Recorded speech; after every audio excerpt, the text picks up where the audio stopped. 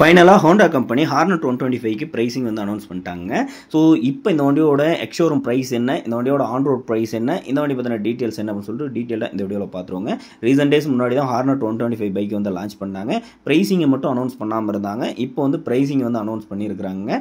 So இந்த வண்டி வந்து XT 125, NS 125, ரைடர் 125 இந்த மாதிரி வண்டிகளுக்கு தான் டைரக்ட் காம்படிஷனாக லான்ச் பண்ணியிருந்தாங்க. பட் இருந்தாலும் இந்த வண்டி வந்துட்டு அந்த வண்டிகளை கம்பேர் பண்ணதில் லுக்ஸ் கொஞ்சம் பெட்டராக இருந்துச்சு. டிசைன் பார்க்குறதுக்கு கொஞ்சம் ரெஃப்ரெஷிங்கான டிசைனாக வந்து இருந்துச்சுங்க. ஸோ அந்த மாதிரி வந்து இந்த வண்டி வந்து கொண்டு வந்திருக்காங்க. So LED headlamps, LED டெய்லாம்ப்ஸ், LED indicators இந்த மாதிரி கொடுத்துருக்காங்க. உங்களுக்கு ஃபோக்ஸ் பார்த்தீங்கன்னா ஃப்ரண்ட்டில் அப்சைட் டவுன் ஃபோக்ஸ்லாம் கொடுக்குறாங்க, ப்ரீமியம் பைக்கில் வர மாதிரி. ரேலில் வந்து மோனோஷாக் சஸ்பென்ஷன் வந்து கொடுத்துருக்காங்க.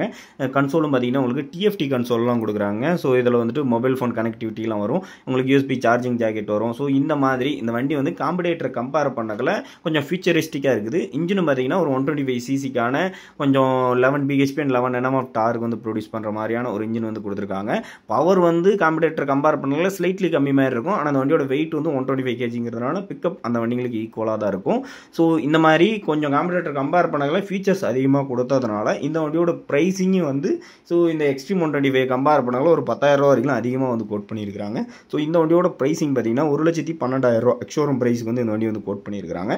இந்த வண்டியோட ஆன் ரோடு அப்படின்னு சொல்லி பார்த்தீங்கன்னா 1,34,000 ரூபா கிட்ட இந்த வண்டியோட ஆன் ரோட் ப்ரைஸுங்கிறது இருக்கும். ஸோ இது பார்த்தீங்கன்னா ஆன்லைன் ப்ரைஸிங் தான். இந்த வண்டி ஷோரூமுக்கு வந்த உடனே இந்த வண்டி பார்த்தீங்கன்னா ஒரு டீட்டெயில் ரிவ்யூ வந்து நம்ம சேனலில் போடுறேன். ஸோ சேனலை சப்ஸ்கிரைப் பண்ணாமல் இருக்கிறவங்க சப்ஸ்கிரைப் பண்ணி வச்சுக்கோங்க. இந்த வண்டி ஷோரூம்ஸ் வந்ததும் நான் இந்த வண்டி பார்த்தீங்கன்னா டீட்டெயில்ஸ் ரிவ்யூ வந்து போடுறேங்க. ஸோ இந்த வண்டி பார்த்தீங்கன்னா காம்படேட்டர் கம்பேர் பண்ணங்கள 10,000 ரூபா வந்து ப்ரைஸ் அதிகமாக தான் பண்ணியிருக்கிறாங்க.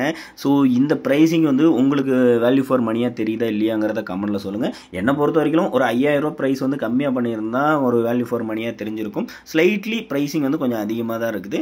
ஸோ இந்த வண்டி பற்றி மேலும் தகவல் தெரிஞ்சுக்கணும்னு நினச்சிங்கன்னா நம்ம சேனலில் இன்னொரு வீடியோ போட்டிருக்கிறேன், அதை பாருங்கள். இதே மாதிரி இன்னொரு இன்ட்ரெஸ்டிங்கான வீடியோவில் உங்களை நான் சந்திக்கிறேன். பை.